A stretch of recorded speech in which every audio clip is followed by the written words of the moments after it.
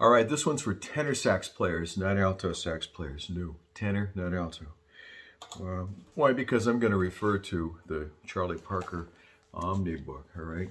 Easily had in any music store or online, okay? Don't copy your friends. Buy one, okay? Anyway, and they're not that expensive, but why the Charlie Parker Omnibook for tenor saxes? Is that even legal? Of course it is. Let me backtrack a little bit. The backstory today is that one of my tenor saxophone students, a very gifted soloist, is in a large jazz ensemble at her high school here in Southern California, right? And her pop came to a lesson a couple weeks ago and played me a recording rather of her solo with this big band. And the thing about the tenor sax is that we're in the mid-range. Basically, we can live in the mid-range and hide.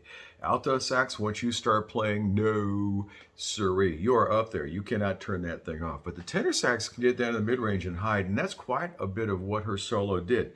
Stayed down in the bottom, in the middle of the saxophone, and mixed in. Now, do you know when I say mid-range of the band, do you know what I'm talking about? I'm talking about where the piano lives, where the guitar lives.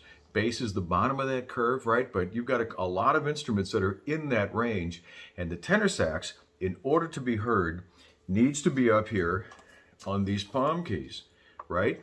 You got to be up here in the stack. You've got to be using your octave trigger, and you want to be up in the top range of your saxophone, right? And so I thought about, well, how could we accomplish that without doing a bunch of exercises that aren't much fun?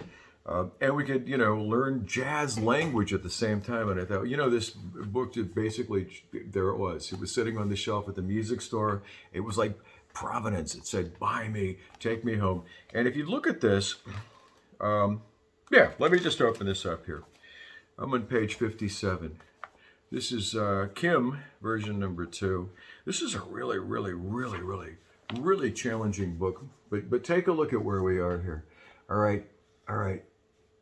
Top end of the horn, not just like scale stuff, but like stuff that's kind of like, kind of challenging and difficult. Top end of the horn for a tenor sax. For an alto sax, of course, you're out in the stratosphere. But I want all you tenor sax fiends out there to grab one of these books, and I want you to work on it, and I want you to practice that and get back to me about 5 or 6 days and let me know how it's working out, how it's helping you. Building up strength in your left hand. Unless you're left-handed, this is your weak hand. So we're going to solve a lot of problems with one book, all right? We're going to get your tenor sax up in the range where it can be heard in solo.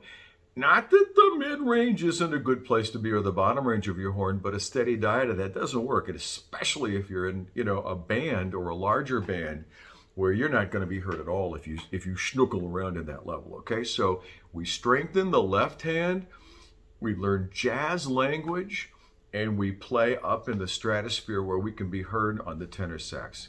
Does it get better? I don't think so. But if you think so, let me know. davegoodsax@gmail.com. What am I stepping on here?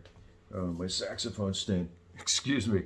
davegoodsax@gmail.com. Or comments below.